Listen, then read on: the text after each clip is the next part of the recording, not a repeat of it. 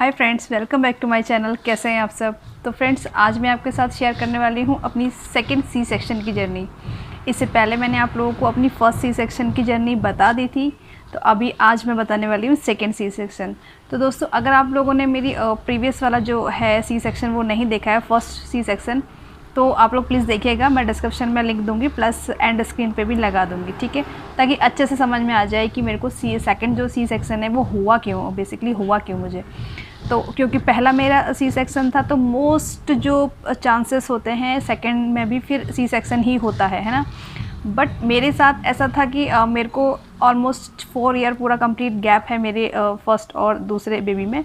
तो अगर चाहती तो अटैम्प्ट कर सकती थी नॉर्मल डिलीवरी, बट मैंने बिल्कुल भी रिस्क लेना नहीं चाहा, है ना। तो मैंने डॉक्टर से पहले से ही डेट ले ली और अपना सी सेक्शन करवा लिया था, ठीक है। प्लस मैं ज़्यादा फेवर में नहीं थी नॉर्मल को अटैम्प्ट करने के, तो इस वजह से भी मैंने खुद से चूज़ किया सेकंड सी सेक्शन। ओके, तो रीज़न ये रहा सेकंड टाइम पे, ठीक है। और फर्स्ट वाला तो मेरे को बेबी ब्रीच थी, मैंने क्लियर बताया था फर्स्ट अपने वीडियो में इससे पहले, तो इस वजह से हुआ था। बट सेकंड टाइम पे मेरा खुद का भी चॉइस था, और प्लस डॉक्टर भी पहले यही बोलते हैं कि आपका प्रीवियस जो है वो सिज़ेरियन है, तो सेकंड भी आप सी सेक्शन ही अटैम्प्ट करो तो बेस्ट फॉर यू। तो ओके, इस बेसिस पे मेरे को सेकंड भी सी सेक्शन ही होना था, ठीक है। तो अभी क्या हुआ, मेरे को सी सेक्शन की जो जर्नी थी वो पहले से बिल्कुल अलग थी मेरी, क्योंकि जब मेरे को फर्स्ट सी सेक्शन हुआ था तो पहली बात तो ये कि फ़र्स्ट में मैंने बताया था लास्ट में कि बहुत ज़्यादा डर लगता है ना। हमको कुछ पता नहीं होता, कुछ नहीं पता होता कि कैसा ओटी के अंदर, ओटी के बाहर, और प्लस ऑपरेशन के बाद किस तरह से हमें प्रॉब्लम होगी, क्या होगा हमारे साथ, हमें कुछ भी नहीं आइडिया होता। तो फर्स्ट में हम बहुत ज़्यादा डरे हुए होते हैं, सिर्फ हमने सुनी सुनाई बातें होती है, उसके बेसिस पे हम सोच के बैठते हैं कि ऐसा होगा वैसा होगा। लेकिन सेकंड में क्या होता है, प्रैक्टिकली हम लोग एक बार ही सब कुछ देख चुके होते हैं, समझ चुके होते हैं, फील कर चुके होते हैं। तो सेकंड टाइम पे हम लोग काफ़ी हद तक मेंटली प्रिपेयर रहते हैं, सभी लोग। मुझे तो लगता है सभी लोग सेकंड सी सेक्शन में शायद ही कोई होगा जिसको डर लगता होगा, क्योंकि उसको सब कुछ पता रहता है कि हमारे साथ कैसे कैसे कब क्या क्या होने वाला है। चाहे वो सी सेक्शन हो या नॉर्मल हो, तो सेकंड टाइम पे मेंटली लेडीज़ जो है प्रिपेयर रहती है। ओके, तो मैं भी मेंटली प्रिपेयर थी अच्छे से। बट मेरे साथ बिल्कुल अलग हुआ, क्योंकि फ़र्स्ट जब मेरे को सी सेक्शन हुआ था तो उसमें मुझे ओटी में ओटी में नहीं, आईसीयू में मुझे फ़र्स्ट जो सी सेक्शन था उसमें आईसीयू में हमको नहीं रखा गया था। बट जहाँ मेरा सेकंड सी सेक्शन हुआ वहाँ मुझे आईसीयू में शिफ्ट किया गया तुरंत से ऑपरेशन के बाद, है ना। तो वहाँ पे जो मेरे साथ थोड़ा अलग एक्सपीरियंस रहा, तो वो मैं आप लोग को शेयर करूँगी। तो सबसे पहले तो वही होता है, हम हॉस्पिटलाइज होते हैं, है ना, एडमिट होते हैं, उसका प्रोसेस कंप्लीट। सेकंड जो है वो कैनुला लग जाता है ना, हाथ पे कैनुला लग जाता है, और यूरिन बैग मतलब कैथलेटर लग जाता है हमको। और उसके बाद जो है जहाँ से हमारा कट होना होता है उधर पे हेयर अगर हमने रिमूव नहीं किए हुए हैं तो उसके आसपास के हेयर जो है वो वहाँ पर रिमूव किए जाते हैं, है ना। हमको जो हमारा ड्रेस चेंज हो जाता है सारा, जो हमारा ओटी पे यूज़ होगा वही ड्रेस हम लोग पहन लेते हैं। और उसके बाद हमारे हाथ जो है ड्रिप लगनी हमको, मतलब मेडिसिन हम लोगों को देनी शुरू हो जाती हैं, हमको ड्रिप लग जाती हैं, हाथों से हमारी दवाइयाँ जो है डालनी शुरू हो जाती हैं। तो हम लोग फिर जब ओटी पे जाते हैं, सबसे पहले ओटी पे जाने के बाद हम लोगों को एनेस्थीसिया, मतलब पहले हम लोग का जो थोड़ा बेसिक चीज़ें चेक होती हैं वो तो पहले ही हो चुकी, हमारा बीपी वगैरह सब कुछ चेक होके सब अगर ठीक ठाक है तो उसके बाद हमको ओटी पे ले लिया जाता है। ओटी पे लेने के बाद फिर उसके बाद सीधा क्या है कि एनेस्थीसिया वाले डॉक्टर आते ही एनेस्थीसिया लग जाता है। एनेस्थीसिया लगने के बाद क्या होता है, उसमें मतलब बहुत ज़्यादा पेनफुल नहीं होता है। एनेस्थीसिया का इंजेक्शन भी ऐसा नहीं है कि बहुत हड्डी में लग रहा है, इसमें दर्द है, उसमें ऐसा कुछ नहीं होता। जो नॉर्मल इंजेक्शन लगते हैं तो उसका थोड़ा बहुत अंतर होता है, अदरवाइज़ कोई बहुत बड़ा वो नहीं है कि बहुत बहुत मोटा कोई बहुत बड़ा इंजेक्शन हमें लगा रहे हैं ना, बहुत पेनफुल, ऐसा कुछ नहीं है, थोड़ा बहुत होता है, ठीक है। तो उसकी ठीक, और जैसे ही एनेस्थीसिया हमें लग जाता है तो हमारा जो हमारा लोअर पार्ट है बॉडी का वो सुन्न हो जाता है। सुन्न मतलब डॉक्टर के लिए वो सुन्न हो जाता है, हमारे लिए ऐसा होता है कि झंझनाहट से शुरू हो जाती है। पूरे जो लोअर पार्ट होता है हमारा, है ना, कमर से नीचे वाला हिस्सा होता है, वहाँ हमको ऐसा लगता है कि झन मतलब हमें लगता है कुछ हमारे बॉडी पे चल रहा है, कुछ चल रहा है, ऐसा कुछ ऐसे करके लगता है पूरी बॉडी में, है सर। तो कंपन टाइप की फील होती है हमको बॉडी में, मतलब एक अजीब सी ऐसा लगता है कि बहुत भारी सा हो गया है हमारा जो बॉडी है, ठीक है। तो फिर डॉक्टर लोग, अगर हमें लगता है कि हम होश में हैं, लेकिन हमें बिल्कुल फील नहीं होता है, कुछ भी कटना वटना में नहीं पता चलता है, बट हमें ऐसा लगता है कि हम होश में हैं और हमें सब पता चलेगा। तो मोस्ट ऑफ़ लेडीज़ जैसा मेरे साथ हुआ था वैसे उनके साथ भी होता होगा। हम लोग बोलते हैं कि नहीं मैम हम होश में हैं, हमें सब पता चल रहा है, हम लोग ज़्यादातर यही बोलते हैं। मैंने भी ऐसे बोला था कि मैम मुझे लग रहा है कि मैं पूरी तरह से होश में हूँ, बट नहीं होते हैं।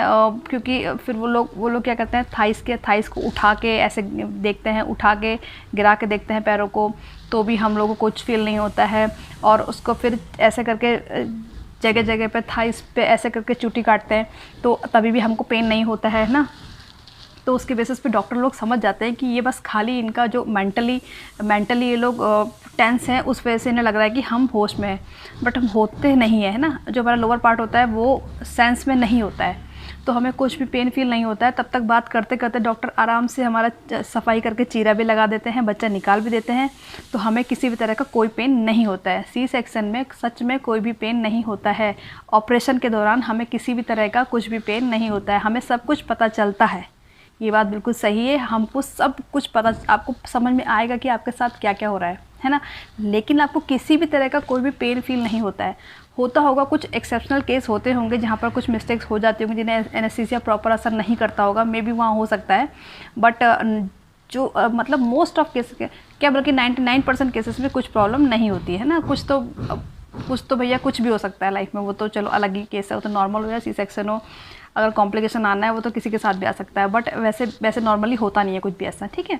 तो डरने की कुछ भी ज़रूरत है नहीं। ओटी के अंदर कुछ भी ऐसा भयानक सा कुछ भी नहीं होता, बिल्कुल आपको कुछ समझ में नहीं आएगा, मतलब अच्छा लगेगा। ऐसा कुछ नहीं होगा कि आपको डर लग रहा है, ऐसा कुछ नहीं होगा। डॉक्टर लोग आराम से बात करते हैं, आपस में आपसे भी बात करते हैं, सब सुनते हो आप लोग। हाँ ये कि आपके आइज़ पे बैंड लगा होता है, लेकिन हमें सब जो हमारा अपर पोर्शन है वो पूरी तरह से होश में होता है, हमें सब कुछ समझ में आता है, सब हम सुनते हैं। हम लोग इस समय सोच रहे होते हैं हमें क्या होगा, है ना। सेकंड टाइम पे तो मोस्टली यही सोचा जाता है हमें क्या होगा, ये सब रहता है, ऐसा कुछ नहीं रहता कि पेन हो रहा है, कुछ नथिंग। ओके, तो आराम से जब ऑपरेट हो जाता है उसके बाद बेबी निकाल दिया जाता है। बेबी को फिर हमको एक बार बेबी हमको दिखाया भी जाता है ना, बेबी हमको दिखाते भी हैं, और फिर उसके बाद बेबी को ले जाते हैं वो लोग, उनको क्लीन व्लीन करके, और उसके बाद हैंड ओवर कर देते हैं फैमिली को बाहर। और ठीक है, तो इसके बाद क्या है कि हमारा साथ क्या होता है कि हमें फिर स्ट्रेचर में हम लोग को स्टिच करके, हमारी बॉडी जो कट है एरिया उसे स्टिच करके हमें जो है वो स्ट्रेचर पे हमारे जो आईसीयू में जो है वो, मतलब इस बार मुझे आईसीयू में शिफ्ट किया गया था, इससे पहले नहीं हुआ था। बट आईसीयू में शिफ्ट करने के पीछे कोई और ऐसा रीज़न नहीं था, कुछ प्रॉब्लम थी। बात ये थी कि हॉस्पिटल का फॉर्मेट था कि आईसीयू में एक दिन मदर को रखना है। बेबी अगर हेल्दी है तो ज़रूरत नहीं है, और अगर बेबी कुछ प्रॉब्लम होती तो उसे रखा जाता है एनआईसीयू में, अदरवाइज़ बेबी हेल्दी है तो उसे हैंड ओवर कर देते हैं फैमिली को, ठीक है। तो अभी मेरे को रखा था, है ना, सभी लोगों को वहाँ पे रख रहे थे, तो मुझे भी आईसीयू में रखा था एक दिन के लिए।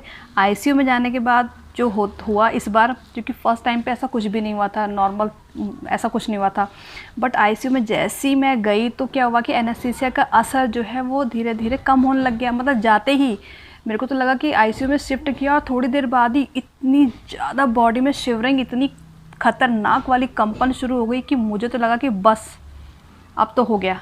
तो ऐसा लगेगा आपको कि अब आप अगर जिसके साथ हुआ होगा तो वो आप लोग प्लीज़ कमेंट पे ज़रूर बताना कि सच में ऐसा होता है, आपके साथ भी ऐसा ही हुआ है कि इतनी ज़्यादा कंपन होती है, इतनी खतरनाक वाली, कि आपको लगेगा बस अब तो हो गया, कि अब आप मतलब बस आपका टाइम ख़त्म। इस हद तक इतनी तगड़ी वाली जो है वो बॉडी पे कंपन होती है, इतनी खतरनाक वाली, साथ में आपको फीवर भी आने लगता है। हाँ ये कि आईसीयू रूम में आपका इतने मतलब बिल्कुल 10-10 मिनट में आपको आके चेक किया जाता है कि आपका बीपी, आपका फीवर, आपका पल्स रेट, पेन, सब कुछ। तो मैंने बोला मुझे तो बहुत ज़्यादा मैम, मुझे तो बहुत ज़्यादा कंपन हो रही है, ये तो हद से ज़्यादा हो रही है, मतलब ये क्या हो रहा है। मैं तो उन्होंने बोला कि वो कोई बात नहीं, एनेस्थीसिया का असर जो है वो आपके शरीर में अब धीरे धीरे ख़त्म हो रहा है, और अब फीवर भी रहता है, थोड़ा बहुत फीवर भी आ जाता है पेन से फिर, तो इसकी वजह से आपको हो रहा है। तो इसमें कोई सबके साथ जब मैंने देखा आसपास तो सब लेडीज़ उसी बारे में बात कर रही थी कि हमें भी ऐसा हुआ था, हमें भी ऐसा हुआ था। तो मैं समझ गई थी, मैं सुन तो सबकी रही थी, लेकिन इतनी ज़्यादा कंपन होती कि 2-3 कंबल उन्होंने डाल दिए, तब उसके बाद भी नहीं रुका। तो एसी मैंने बोला कि मेरी साइड वाली एसी जो है उसको बंद कर दो, और मुझे बस 2-3 कंबल उन्होंने उड़ा दिए। उसके बाद भी बॉडी इतनी काँप रही थी। फिर कुछ करीबन घंटे 2 घंटे के बाद लगातार काँपने के बाद जो है तब जाके शिवरिंग जो है वो रुकती है ना, और पेन भी फिर धीरे धीरे, क्योंकि पेन एनेस्थीसिया का असर धीरे धीरे ख़त्म होने लगता है, फिर पेन शुरू हो जाता है लोअर पार्ट में। पेन मतलब कि आप थोड़ा सा भी ऐसे और ऐसे करने की कोशिश करोगे तो आपको पेन होगा, मतलब बहुत अनईजी होता है, क्योंकि स्टिच लगे होते हैं। स्टिच के ऊपर एक तो टेप लगा होता है, फिर उसके ऊपर एक जो मोटा सा टेप लगा होता है, उसकी वजह से नीचे वाला हिस्सा बहुत खिंचता है, तो बड़ा बड़ा मतलब इरिटेटिंग होता है लोअर पार्ट में। और प्लस ब्लीडिंग हो रही होती है तो बड़ा सा पैड वगैरह सब लगा होता है, तो वो बहुत कुल मिला के जो है वो बहुत बहुत अनईजी हो जाता है। बिल्कुल स्ट्रेट लेटना भी होता है ना। तो अभी फिर मैंने तो, क्योंकि मुझे तो फर्स्ट टाइम पे ये पता था कि अगर मैंने बॉडी को बिल्कुल स्ट्रेट रखा तो भाई उठने में इस टाइम पे मेरी हालत ख़राब हो जाएगी। तो मैं तो बिल्कुल मेंटली प्रिपेयर थी। मैं चाहे कितनी भी कांप रही थी, मुझे कितना भी बुखार था, हाँ बुखार उस समय वो क्या करते हैं, जब वो हमसे पूछते रहते हैं कि आपको पेन कितना है, पेन कितना हो रहा है। तो अगर पेन तो उस अचानक से आके जैसे अगर ज़्यादा पेन होता है तो वो हमको एक इंजेक्शन देते हैं। बट ठीक है, पेन तो सभी को होता है लगभग, और सभी को लोग इंजेक्शन भी देते हैं। तो उसके बाद मेरे ख्याल से मुझे एक इंजेक्शन दिया गया था, इतना ख़तरनाक इंजेक्शन था वो। लेफ़्ट साइड में देते हैं, हिप्स पे देते हैं ऊपर की ओर। इतना ख़तरनाक, इतना पेनफुल कि जब 3-4-5 दिन के बाद नहीं, 1 महीने तक उसमें मुझे पेन हुआ। पता नहीं कैसा वाला इंजेक्शन, इतना ख़तरनाक इंजेक्शन लगाया था। और उस इंजेक्शन में ऐसा लगता है कि उसके अंदर मतलब इतनी मोटी गांठ सी हो गई थी मेरे को, इतनी ख़तरनाक वाला पेन हुआ उसमें। उस इंजेक्शन में मुझे बहुत पेन हुआ जब वो इंजेक्शन लगा ना। तो उसके बाद क्योंकि वो उस समय पेन, मेरे ख्याल से पेन को कम करने के लिए वो इंजेक्शन लगाया जाता है, तो फिर वो इंजेक्शन भी लगा था मुझे, है ना। तो और उसके बाद क्या हुआ कि फिर मैंने तो ऐसा किया था कि अपने पैरों को लेफ़्ट राइट मैं तो चलाने में थी पूरे टाइम पे। और प्लस अपने हाथों को ऐसे ऐसे ऐसे ऐसे ऐसे मैं कंटिन्यू, मैं कितनी भी कांप रही थी लेकिन मैं ऐसे ऐसे ऐसे किए जा रही थी, क्योंकि मुझे पता था अगर मैंने हाथ पैर नहीं हिलाए तो उठने में हालत ख़राब हो जाएगी, बिल्कुल हालत ख़राब। और दूसरी बात, हाथ नहीं चलाए अगर तो हाथ बिल्कुल सूज जाएंगे, तो नसें ब्लॉक, फिर वो इतना तगड़ा वाला पेन होने शुरू हो जाता है। तो मैंने इसकी वजह से इस बार अपने हाथों में स्वेलिंग आने नहीं दी। आप लोग भी, जिसका भी अगर सी सेक्शन होने वाला है और ये वीडियो देख रहा है, तो मैं सच बता रही हूँ, ऐसे ऐसे करते रहना, चाहे कितनी प्रॉब्लम हो, तो देखना हाथों में सूजन नहीं आएगी। और ऐसा नहीं करोगे तो इतना मोटे हो जाएंगे, दोनों हाथ सूज जाते हैं, नसें ब्लॉक हो जाती है, इतने पेन होता है फिर। क्योंकि 3 दिन तक हमको मेडिसिन हमारे अंदर वो लोग मेडिसिन डालते हैं, कैसे, इसके द्वारा, नसों के द्वारा। तो ये समझ लेना कि अगर आप लोगों ने अपने ऐसे मसल्स ऐसे नहीं किए, एक्टिव नहीं रखे अपने हाथों को, तो बहुत पेनफुल भी हो जाता है समटाइम्स, बहुत सूजन भी आ जाती है कुछ लोगों की, है ना। तो हाथ तो पैरों की उंगलियों को चलाते रहो, पैरों को भी लेफ़्ट राइट मूवमेंट करते रहो, लेटे बिल्कुल ऐसा नहीं कि बिल्कुल पड़े रहो सीधे कि ऑपरेशन हो गया अब तो हिलना नहीं है। फिर तो बस फिर 1 दिन रखते हैं वो लोग, है ना, मतलब 24 घंटे रखते हैं। ये आईसीयू में रखा, 24 घंटे आईसीयू में रखने के बाद फिर नेक्स्ट डे उन्होंने शिफ्ट कर दिया। आईसीयू में जो है वो बहुत अच्छे से, बहुत बेस्ट मतलब ट्रीटमेंट मिल जाता है हम लोगों को, हमारी अच्छे से बेस्ट केयर हो जाती है आईसीयू में रख के। मुझे ऐसा लगा कि फर्स्ट में तो मुझे नहीं रखा था, बट सेकंड में रखा था तो मुझे ऐसा लगा कि बहुत अच्छा एक मुझे ट्रीटमेंट मिल गया। मतलब 1 दिन के लिए जो आईसीयू में रखा मुझे, तो हम मतलब जो पर्सनल सिर्फ मदर की केयर होती है ऐसा कह सकते हैं आईसीयू में रख के, तो बहुत बढ़िया था वो फॉर्मेट, ठीक है। तो उसके बाद नेक्स्ट डे फिर हमको नॉर्मल जो मेरा वार्ड था वहाँ मुझे शिफ्ट कर दिया गया। और शिफ्ट करने के बाद फिर उसके बाद अब नॉर्मल मतलब मैंने बेबी को फीड कराना भी शुरू कर दिया था। और उसके साथ साथ धीरे धीरे लेफ़्ट राइट इस तरह से हमको मतलब लेफ़्ट और राइट को मोड़ने का हमें जो है ट्राई करना चाहिए लेटे, जिससे कि जब हम उठेंगे तो हमें उठने में बहुत आसानी होती है। अगर आपने अपनी बॉडी को स्ट्रेट रखा, हिलाया डुलाया नहीं, तो आपको सच में काफ़ी पेन होगा उठने में। अगर आप लोगों ने अपनी बॉडी को थोड़ा बहुत भी हिलाना डुलाना, जैसे मैं बोल रही हूँ वैसा करोगे आप लोग, तो सच में आप बहुत ईजिली आप लोग उठ पाओगे, है ना। बस इस तरह से मेरे से ऐसे ही हुआ। तो फिर मैंने अपनी बेबी को फीड कराना भी शुरू कर दिया था, थोड़ा बहुत जितना भी हो पा रहा था मैं करा रही थी, बल्कि मैं करवा ही रही थी सर, है ना। और उसके बाद बस थर्ड डे में हमको हम लोग क्या करते हैं, वो लोग जो मोटा वाला जो मतलब ऊपर से टेप लगा होता है ना, जिसकी वजह से बहुत प्रॉब्लम होती है, बहुत टाइट सा टेप लगा देते हैं ऊपर से, तो उससे नीचे वाले स्किन ऐसा लगता है कि ऐसे खींच रही है, ऐसा लगता है ऐसे खींच रहा है कुछ। जो ऑपरेशन वाला हिस्सा होता है वहाँ पे लगता है कि इस तरह से कुछ खिंचाव हो रहा है बहुत तगड़ा वाला। तो फिर वो मोटा वाला टेप जब निकाल देते हैं ना, उससे इतना आराम मिल जाता है, उफ, बहुत ज़्यादा आराम मिल जाता है। इसीलिए हम लोग थोड़ा ऐसे खड़े भी हो पाते हैं, अदरवाइज़ ऐसे करके बैंड होना पड़ता है, क्योंकि वो इतना इतना मोटा टेप लगाया होता है नीचे पे, तो वो जैसे ही वो उसको रिमूव करके फिर से दूसरा टेप लगाते हैं तो उससे बड़ा आराम हो जाता है हमको जब हम घर आने वाले होते हैं, इसलिए हम थोड़ा बहुत चल पाते हैं उसके बाद। तो बस थर्ड डे में हम लोग फिर थोड़ा बहुत, वो लोग कहते हैं कि उठो, मतलब उठ के कुर्सी में बैठो पहले, फिर थोड़ा बहुत उठो, फिर बैठो, इस टाइप से हमको मतलब नर्सिंग स्टाफ जो है वो बोलता है कि मतलब हम लोग तुम्हें हेल्प एंड सपोर्ट करेंगे और तब तुम लोग चलो।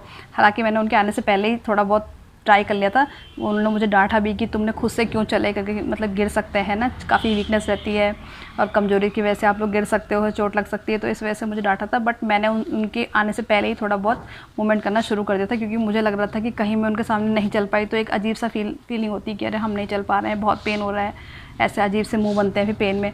तो इस चक्कर से मैंने खुद से ही मैं ट्राई करने में लगी, तब तक वो लोग भी आ गए तो उन्होंने डांट भी लगा दी, बट ठीक है थोड़ा बहुत मैं चलना शुरू कर दिया था। ओके, और अपने बेबी को भी मैं थोड़ा बहुत इधर उधर मूव करना शुरू कर दिया था। मूव मतलब कि लेफ़्ट राइट उसको कर पा रही थी, ब्रेस्ट फीड दे रही थी उसको। बस थर्ड डे, उसके बाद फिर थर्ड डे कंप्लीट होने के बाद हम लोग घर को आ जाते हैं, और घर को आने के बाद हमारा पोस्ट डिलीवरी केयर रूटीन शुरू होता है। तो फ्रेंड्स बहुत जल्दी मिलूँगी और आप लोगों के साथ सब कुछ शेयर करूँगी। तो ऐसे ही इंटरेस्टिंग वीडियो के साथ बहुत जल्दी दोबारा मिलती हूँ। Till then take care, thanks for watching friends.